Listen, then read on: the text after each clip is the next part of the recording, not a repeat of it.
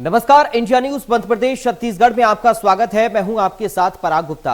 निकाय और पंचायत चुनाव में ओबीसी आरक्षण मामले में सरकार को बड़ी सफलता हाथ लगी है। जी हां, मध्य प्रदेश में अब नगरीय निकाय और पंचायत के चुनाव ओबीसी आरक्षण के साथ होंगे। सुप्रीम कोर्ट ने कहा है कि आरक्षण का आंकड़ा 50% से ऊपर ना हो। कोर्ट ने एक सप्ताह में चुनाव की अधिसूचना जारी करने के लिए निर्देश भी दिए हैं। आज सुप्रीम कोर्ट में सुनवाई चली। इससे पहले मंगलवार को हुई सुनवाई में सरकार की ओर से राज्य पिछड़ा वर्ग कल्याण आयोग की ओबीसी आरक्षण संबंधी विस्तृत रिपोर्ट को प्रस्तुत किया गया। सरकार ने ओबीसी वर्ग को आरक्षण देने के लिए 12 मई की देर रात सुप्रीम कोर्ट में संशोधन याचिका दाखिल की थी। सरकार ने ओबीसी आरक्षण देने के लिए 2011 की जनसंख्या के आंकड़े प्रस्तुत किए थे। इसके मुताबिक प्रदेश में ओबीसी की 51% आबादी बताई गई है। सरकार का मानना था कि इस आधार पर ओबीसी को आरक्षण मिलता है तो उसके साथ न्याय हो सकेगा। आपको बता दें कि पिछले सप्ताह सुप्रीम कोर्ट ने मध्य प्रदेश में बिना ओबीसी आरक्षण के ही नगरीय निकाय और पंचायत चुनाव कराने के आदेश दिए थे। राज्य निर्वाचन आयोग इसके लिए तैयार भी था, जिसके बाद मुख्यमंत्री शिवराज सिंह चौहान रिव्यू पिटीशन की बात कहते हुए नजर आए। वहीं कांग्रेस ने इस पूरे मामले पर बीजेपी पर जमकर आरोप लगाए और कहा कि सरकार के पास रिव्यू पिटीशन का कोई ठोस आधार नहीं है। इस दौरान ओबीसी आरक्षण पर सूबे में जमकर सियासत हुई। कांग्रेस ने कहा कि सरकार ओबीसी आरक्षण के साथ चुनाव कराना ही नहीं चाहती, लेकिन सरकार ने कहा कि एमपी में चुनाव होगा तो ओबीसी आरक्षण के साथ ही होगा। ऐसे में सरकार का ओबीसी आरक्षण को लेकर संशोधन याचिका लगाना आखिरी दांव के तौर पर माना जा रहा था, लेकिन आखिरकार सरकार को इस मामले में सफलता हाथ लगी है। तो आज इसी मामले पर करेंगे चर्चा। साथ में मेहमानों का एक खास पैनल भी होगा, लेकिन उससे पहले सुनिए सरकार का इस पूरे मामले पर क्या कुछ कहना है। अंततः सत्य की विजय हुई है और फिर यह सिद्ध हुआ कि सत्य पराजित नहीं हो सकता। माननीय सर्वोच्च न्यायालय को मैं प्रणाम करता हूं। हमने यही कहा था कि हम चुनाव चाहते हैं, लेकिन ओबीसी आरक्षण के साथ। तथ्यों के आधार पर, सर्वे के आधार पर जो रिपोर्ट बनाई, हमने वो रिपोर्ट माननीय सर्वोच्च न्यायालय में प्रस्तुत की। फिर माननीय सर्वोच्च न्यायालय ने निकायवार कहां कैसे सर्वे होगा उसकी रिपोर्ट मांगी। हमने निकायवार भी रिपोर्ट तैयार की और वह रिपोर्ट माननीय सर्वोच्च न्यायालय में प्रस्तुत की। मुझे कहते हुए संतोष है कि माननीय सर्वोच्च न्यायालय ने ओबीसी आरक्षण के साथ चुनाव कराने का फैसला दिया है। हम फैसले का स्वागत करते हैं। बहुत ही ऐतिहासिक फैसला माननीय सर्वोच्च न्यायालय का आया है और हमारे माननीय मुख्यमंत्री जी का जो संकल्प था, माननीय मुख्यमंत्री जी के जो प्रयास थे, हमारी सरकार के जो प्रयास थे कि ओबीसी आरक्षण के साथ स्थानीय निकाय के चुनाव हो, वो माननीय सर्वोच्च न्यायालय ने मान लिया है। ये देश में पहली बार ऐसा हुआ है। एक ऐतिहासिक निर्णय ये देश के इतिहास का हो गया है और इसलिए मैं इसके लिए माननीय मुख्यमंत्री जी को बहुत धन्यवाद करता हूं। नीति और नेक नियति ये इस पूरे प्रकरण में पिछड़े वर्ग वाले में हम सबकी ध्यान में आई होगी। अदालत कांग्रेस भी गई थी, अदालत भाजपा भी गई, हमारी सरकार अदालत गई कि चुनाव कराए जाए। कांग्रेस और कमलनाथ जी अदालत गए कि चुनाव रुकवाए जाए। अब ये बदनीति नेक नीति थी और जीत सत्य की हुई। मुख्यमंत्री जी पहले दिन से कह रहे थे कि हम आरक्षण के साथ ही चुनाव कराएंगे। वो स्वयं दिल्ली लगातार गए, हम भी गए उनके साथ में, पूरी टीम गई दिल्ली, लगातार प्रयास किए और हमने पक्ष को रखा, ट्रिपल टी वाले उसको रखा। सरकार ने पूरा का पूरा आरक्षण नीचे तक का उतार के पिछड़ा वर्ग का रखा। ओबीसी आरक्षण मामले पर आज सुप्रीम कोर्ट का फैसला आया। पूर्व मंत्री कमलेश्वर पटेल इस वक्त हमारे साथ मौजूद है। 7 दिन के अंदर रिपोर्ट सरकार से मांगी है, कैसे इस पूरे फैसले को देखें? देखिए, ये जो भी निर्णय आया है, ये भारतीय जनता पार्टी के नेताओं की गलतियों की वजह से स्थिति पैदा हुई है। इसमें कोई खुशी मनाने वाली बात नहीं है, क्योंकि पहले से इतना व्यवस्थित चुनाव मध्य प्रदेश में निकाय का चल रहा था और नया अध्यादेश लाके पूरी व्यवस्था को गड़बड़ करने का अगर किसी ने काम किया है तो भाजपा सरकार ने, भाजपा के नेताओं ने किया है। और 50% की सीमा में रह के चुनाव कराने के लिए माननीय न्यायालय ने आदेश किया है। तो ये कोई नई बात नहीं है, ये पहले से बहुत सारी चीज़ें व्यवस्थित थी, इसमें कोई खुशी मनाने की बात नहीं है, बल्कि मिले हुए अधिकार को छीनने का काम अगर किसी ने किया है तो भाजपा सरकार और भाजपा के नेताओं ने किया है। इसके लिए उनको प्रदेश की जनता से माफ़ी मांगना चाहिए, कोई खुशी और उत्सव मनाने की आवश्यकता नहीं है। पिछड़े वर्ग आयोग के अध्यक्ष इस वक्त हमारे साथ मौजूद है। सर धनोकिया जी, जैसे जो आया है परिणाम, इसको आप कैसे देखते हैं? और परसेंटेज के आधार पे अगर बात की जाए तो मध्य प्रदेश में 50% से अधिक जो है यहाँ पे टिकट का वितरण नहीं हो सकता, तो कहीं ना कहीं ये पूरे आंकड़ों का खेल आपको नजर नहीं आता? नहीं, देखिए ऐसा है, 50% से ज्यादा आरक्षण नहीं हो सकता, ऐसा संविधान में प्रदत्त नहीं है। ये तो एक निर्णय था Indira Sahni versus government of India, जिसमें माननीय उच्चतम न्यायालय ने दिशा निर्देश दिए थे और वो दिशा निर्देश चालू थे, लग रहे थे। लेकिन कई राज्यों में उन्होंने अपने विधानसभा में कानून पास करे, चाहे वो राजस्थान का हो, चाहे तमिलनाडु का हो, छत्तीसगढ़, कई जगह पे वहां पर आरक्षण ज्यादा दिया जा रहा है। यही स्थिति मध्य प्रदेश में थी, 27% का। सुप्रीम कोर्ट में एप्लीकेशन फॉर मॉडिफिकेशन और डॉक्टर जया ठाकुर के द्वारा एप्लीकेशन फाइल हुई थी, जिसपे आज विस्तृत सुनवाई हुई और कोर्ट ने एक जो ओबीसी कमीशन की जो सेकंड रिपोर्ट सबमिट की थी उसको आज कोर्ट ने सुना और माना कि वो as per the judgement, Gawli का जो जजमेंट है उसके हिसाब से है, प्रथम दस्ता। इसी कारण से मध्य प्रदेश सरकार के लिए डायरेक्शन दिया है कि विद इन वीक ओबीसी का रिजर्वेशन भी नोटिफाइड करें। उसके बाद election commission of Madhya Pradesh election का शेड्यूल डिक्लेयर करेगा। तो रिएक्शन आपने सुने। हमारे साथ कुछ खास मेहमान जुड़ गए, सीधा आपका परिचय करा दूं। आनंद जाट हैं, कांग्रेस पार्टी से प्रवक्ता। आनंद जी, आपका स्वागत है। भारतीय जनता पार्टी से प्रवक्ता राजपाल सिंह सिसोदिया हैं। राजपाल सिंह जी, आपका स्वागत है। सुप्रीम कोर्ट से एडवोकेट वरुण ठाकुर हैं। वरुण ठाकुर जी, आपका स्वागत है। सबसे पहले वरुण ठाकुर जी, शुरुआत में आप ही के साथ कर रहा हूं। जो फैसला कोर्ट का है, इसको आपसे मैं समझना चाहूंगा दर्शकों के लिए। वरुण जी, ये जो फैसला है, ये फैसला काफी लेट आया। इस कारण से लेट आया क्योंकि मध्य प्रदेश सरकार ने जो रिपोर्ट सबमिट की, हमेशा से अपना ढीला ढाला रवैया रखा। 2019 में इलेक्शंस ड्यू थे नगरीय निकाय के, इसके बावजूद भी इलेक्शंस नहीं हुए। तब जाके डॉक्टर जया ठाकुर ने एक पिटीशन फाइल की हाई कोर्ट में जुलाई 2021 में। उसमें नोटिस हुआ, इलेक्शन कमीशन ने उसमें जवाब फाइल किया और वो इलेक्शन कराने के लिए तैयार थे।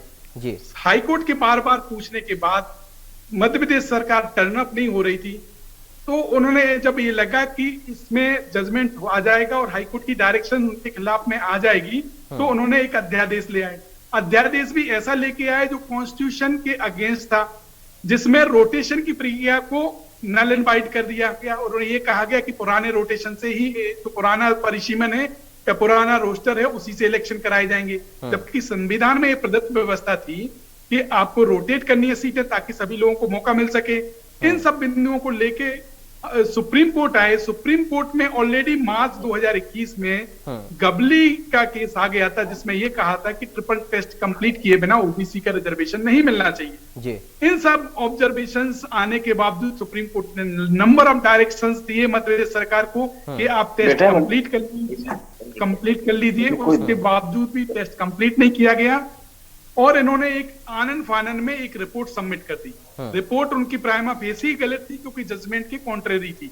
जब ये लगा कि डॉक्टर जया ठाकुर ने उसके बाद बोला कि हम मॉडिफिकेशन की एप्लीकेशन फाइल करेंगे, ऑर्डर फॉर मॉडिफाइड, और इसके अलावा इलेक्शन कमीशन से भी कहा कि हम इसमें आप भी इलेक्शन पिटीशन फाइल करिए और क्लैरिफाई करिए कि उन स्थिति में क्या होगा संवैधानिक प्रावधानों को, क्योंकि जो ऑर्डर्स हैं, जो रोटेशन के अगेंस्ट में जो बात हो रही थी, जिसमें ऑलरेडी इंटरिम ऑर्डर हाईकोर्ट ने पास कर रखे थे, इसको लेके एप्लीकेशन फॉर क्लैरिफिकेशन फाइल करने के लिए उनको भी सजेशन दिया।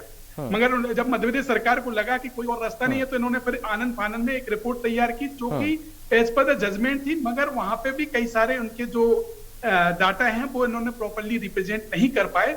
इवन ठीक तो है। कोर्ट ने ऑब्जर्व किया है कि प्राइमा फेसी हम इस रिपोर्ट को सही मान रहे हैं, ठीक है, मगर कोई भी इस रिपोर्ट को चैलेंज कर सकता है। ठीक है। लेकिन और इस वरुण जी, रिपोर्ट एक के सवाल आधार पे ही जी, OBC ठीक है, रिजर्वेशन एक सवाल और है, ओबीसी के लिए कितना महत्वपूर्ण ये फैसला है और इस लिहाज से आप इसको कैसे देख पा रहे हैं वरुण जी? हाँ सर, ओबीसी वर्ग के लिए तो बहुत महत्वपूर्ण है, क्योंकि जो 10 तारीख को जो जजमेंट आया था उसमें तो विदाउट ओबीसी रिजर्वेशन के लिए बोल दिया गया था कि बिना ओबीसी रिजर्वेशन दिए ही आप लोकल बॉडी के इलेक्शन करिए, मगर यहाँ पे कुछ परसेंटेज, करीब लगभग 14% रिजर्वेशन मिल पाएगा ओबीसी वर्ग को, क्योंकि मध्य प्रदेश में जो आबादी है, जो सेंसेक्स के हिसाब से जो काउंटिंग है, लगभग SC ST का 36% है। तो रिमेनिंग क्योंकि 50% का कंप्लीटली कैप लगा दिया गया है, तो सिर्फ 14% से वरुण जी लौटूंगा आपके पास अब मैं, सीधा रुख करता हूं राजपाल सिंह जी का। राजपाल सिंह जी, कांग्रेस पार्टी कह रही है कि ये कुछ बड़ा नहीं है और इसमें वरुण जी कह रहे हैं कि थोड़ी सी देरी हुई है, पहले भी फैसला आ सकता था अगर और सतर्क होते आप लोग। वरुण जी की बात को आगे बढ़ाता हूं। 2019 में एमपी में चुनाव होना थे, ड्यू थे, परंतु उस समय की तत्कालीन सरकार ने चुनाव नहीं कराए और 2019 के अंदर जब लोकसभा के चुनाव डिक्लेयर हुआ देश के अंदर, तो राजनीतिक लाभ पाने के लिए स्वार्थवश कांग्रेस ने उस समय पे आधे अधूरे तरीके से ओबीसी का रिजर्वेशन पास कराने का काम किया।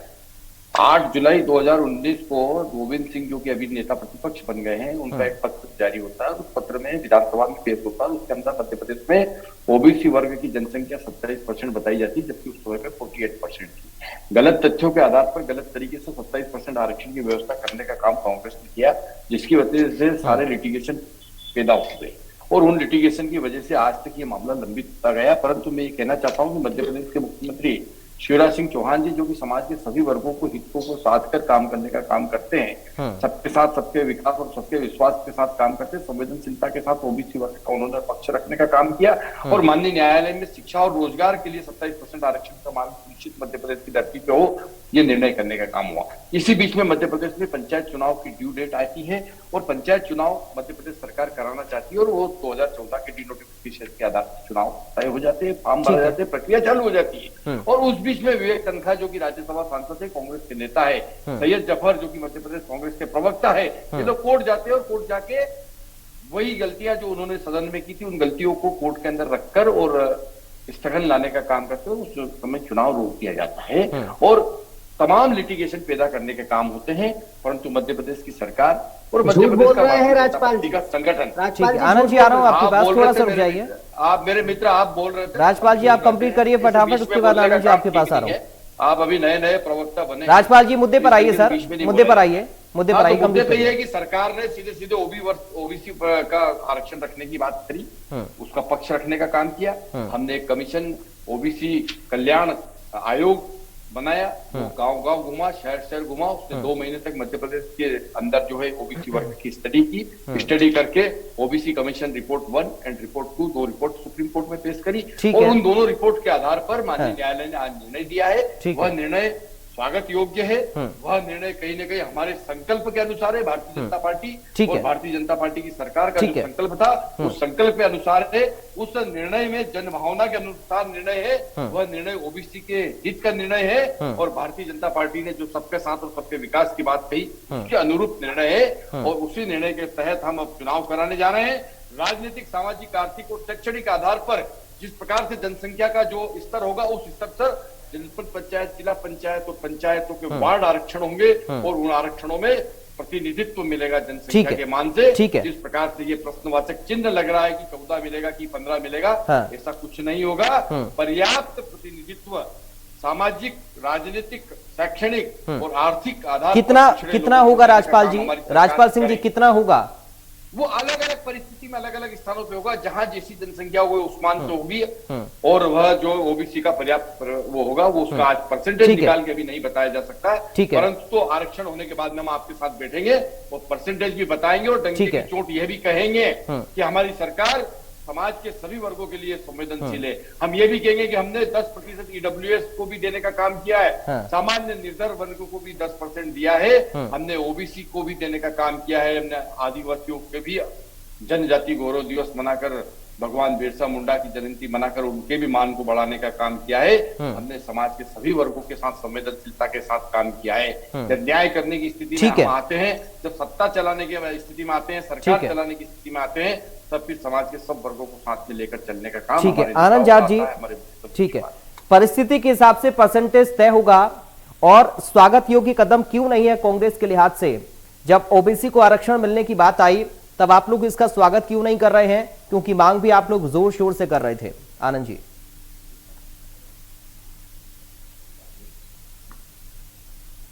आनंद जी, आपको आवाज मिल रही है हमारी?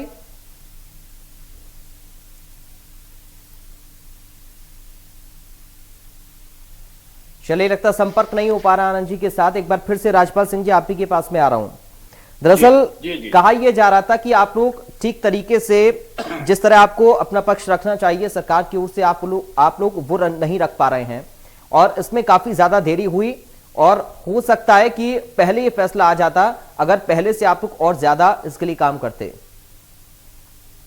लेकिन अभी ठीक, लेकिन अभी जो कांग्रेस पार्टी कह रही है कि कोई बड़ा नहीं किया है, आगे आने वाले वक्त में किस तरीके से आप इसको कैटेगराइज करेंगे, कैसे डिफरेंशिएट करेंगे, ये समझाना बहुत ज्यादा जरूरी है, ताकि कम से कम आप लोग जो कह रहे हैं कि हमने इसके लिए काम किया और ये ऐतिहासिक फैसला कोर्ट ने सुनाया, ये सरकार की बदौलत हुआ, तो आगे इसको कैसे अब लागू किया जाएगा, कैसे एग्जीक्यूट किया जाएगा, ये जानना बहुत ज्यादा जरूरी है। राजपाल सिंह जी, देखिए 2022 के डिलिमिटेशन के आधार पर चुनाव होंगे और ओबीसी आरक्षण की मांग को कोर्ट ने मान लिया है। 1 सप्ताह के अंदर आरक्षण का रिजर्वेशन का पूरा नोटिफिकेशन होने का काम चुनाव आयोग करेगा। मैं ये कहना चाहता हूं कि 10 मई को जब सुप्रीम कोर्ट से निर्णय आता है कि ओबीसी वर्ग के बिना मध्य प्रदेश में स्थानीय निकाय के चुनाव कराए जाए, उसी के अगेंस्ट हम एप्लीकेशन ऑफ मॉडिफिकेशन में गए। यही फैसला महाराष्ट्र सरकार के खिलाफ भी होता है, जहां कांग्रेस की सरकार है वो बिना ओबीसी वर्ग के आरक्षण के स्थानीय निकाय के चुनाव पिछले दिनों करा लेते हैं। ये मध्य प्रदेश के मुख्यमंत्री की ही संवेदनशीलता है कि सुप्रीम कोर्ट से निर्णय अगेंस्ट आने के बाद भी उन्होंने हार नहीं मानी, फिर से गए, अपनी विदेश यात्रा निरस्त करी, दिल्ली पहुंचते हैं, वकीलों के ऑफिस चक्कर लगाए उन्होंने, पूरा देश के बड़े बड़े विधि विशेषज्ञों के साथ बैठे और एप्लीकेशन ऑफ मॉडिफिकेशन लगाने का काम किया, रिव्यू में गए और आज उसमें सफलता मिली। ये किसकी जिजीविका है, ये किसकी संवेदनशीलता है? हम भी कांग्रेस जैसे महाराष्ट्र में जैसे बिना ओबीसी के वो हम करा सकते थे। पड़ोस के राज्य में महाराष्ट्र में कांग्रेस की सरकार है, उन्होंने कराए, अभी हुए 2 महीने पहले जी, हम भी करा सकते थे, पर नहीं। मध्य प्रदेश के मुख्यमंत्री ने सदन के अंदर बोला था, अशासकीय संकल्प में बोला था, इस मध्य प्रदेश की धरती पे अगर पंचायत और निकाय के चुनाव होंगे तो मेरे ओबीसी भाई बंधुओं की सहभागिता के साथ होंगे।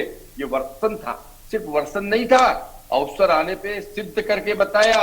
ये मंत्र था, ये संकल्प था, ये प्रतिबद्धता थी, जिसको हमने पूरा करने का काम किया, हमारे मुख्यमंत्री ने पूरा करने का काम किया। कांग्रेस किस मुंह से बात करेगी हमसे?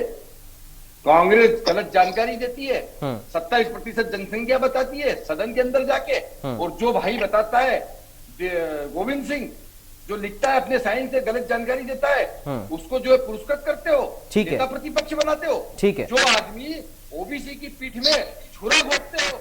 ठीक है, चलिए आनंद जी हमारे साथ जुड़ गए हैं। आनंद जी हमारे साथ जुड़ गए। आनंद जी, आवाज मिल रही है आपको? जी जी जी, बताइए। आनंद जी, स्वागत क्यों नहीं कर रहे हैं सर? मांग भी तो कर रहे थे आप लोग। किस चीज का स्वागत करें सर? ओबीसी वर्ग 27% का जो आरक्षण दिया था आदरणीय कमलनाथ जी ने, वो भारतीय जनता पार्टी के कुकृत्यों की वजह से छीन लिया गया, उसका स्वागत करें या बात का स्वागत करें? सही पैरवी भारतीय जनता पार्टी ने 27% के आरक्षण की नहीं की, उसका स्वागत करें? या उस बात का स्वागत करें कि भारतीय जनता पार्टी ने 2019 में जब कांग्रेस और आदरणीय कमलनाथ जी ने ओबीसी को 27% आरक्षण देने का विधानसभा में जो संशोधन विधेयक लाए थे, उस विधेयक का भारतीय जनता पार्टी के विधायकों ने विरोध किया, उस बात का स्वागत किया जाए? उस बात का स्वागत किया जाए? 1994 में 14% आरक्षण पंचायत और नगरीय निकायों में आदरणीय दिग्विजय सिंह जी ने दिया था, और आज 20-25 साल बाद वही स्थिति है। तो भारतीय जनता पार्टी किस मुंह से और किस बात की पीठ तो लागू भी तो अभी बीजेपी की सरकार में हुआ है ना सर आनंद जी, लागू भी तो बीजेपी की सरकार में हुआ है।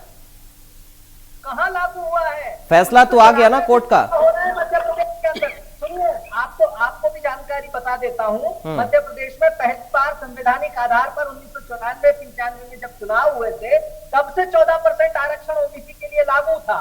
और अभी राजपाल सिसोदिया ने कहा कि 2022 में जो परिसीमन हुआ है वो लागू किया जाएगा, 2022 में नया आरक्षण किया जाएगा। तो मैं ये पूछना चाहता हूं कि शिवराज सिंह चौहान की सरकार 2021 में 2014 का आरक्षण और 2014 का परिसीमन वाला अध्यादेश क्यों लाती है?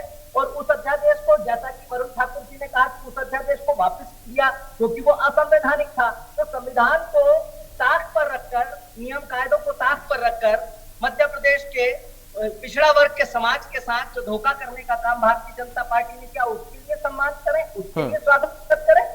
किस बात के लिए स्वागत करें? ठीक है। और ये 14% तो 1994 में मिल रहा था। ठीक है राजपाल सिंह जी, बहुत जल्दी से एक शार्प कमेंट चाहूंगा आपका, उसके बाद वरुण जी आपके पास आ रहा हूँ। राजपाल जी बहुत जल्दी से शार्प कमेंट, जवाब आनंद जी की बात। 10 मई 2022 को सुप्रीम कोर्ट से जब निर्णय आता है कि बिना ओबीसी के चुनाव होंगे, आनंद जी अब रुक जाइए सर, प्लीज एक एक करके अपनी बात रखने दीजिए। ओबीसी के संरक्षक नहीं है, वो ओबीसी के परोकार नहीं है। उन्हें तो सिर्फ ये था कि भारतीय जनता पार्टी के खिलाफ वातावरण बनने का काम होगा, इस बात की वो खुशी मना रहे थे। उन्हें ओबीसी से कोई मतलब नहीं, कांग्रेसियों को उन्हें सिर्फ इस बात से मतलब है कि भारतीय जनता पार्टी की न्यायालय में या अन्य सरकार कैसे मुंह की खाए, इसलिए यही प्रसन्नता का इनका विषय है। और इनको बीच में बोलने की आदत है और ये बीच में बोलते रहेंगे, लोग इनको। चलिए ठीक है, समय कम है अब। वरुण ठाकुर जी, फैसला आ गया कोर्ट का, लागू कैसे होगा बताइए आप। आनंद जी प्लीज रुक जाइए अब। वरुण जी, लागू कैसे होगा अब संक्षेप में? लागू करने के लिए टाइम लिमिट ऑलरेडी फिक्स किया है। विद इन 1 वीक नोटिफाइड करना है रिजर्वेशन को, उसके बाद में 1 हफ्ते के अंदर शेड्यूल डिक्लेयर करना है इलेक्शन का। तो सुप्रीम कोर्ट ने ऑलरेडी टाइम फिक्स कर दिया है। इसलिए किया है कि लगभग 3 साल से लोकल बॉडी के इलेक्शंस नहीं हुए थे, तो जो लोग काफी टाइम से काम कर रहे थे या जो एडमिनिस्ट्रेटर इन्होंने बैठा रहे थे वो इलीगली आप काम कर रहे हैं। काफी टाइम से लोग वेट कर रहे हैं, जो सोसाइटी में काम कर रहे हैं, अपनी टर्न का वेट कर रहे हैं कि हमें भी मौका मिले गवर्नेंस में।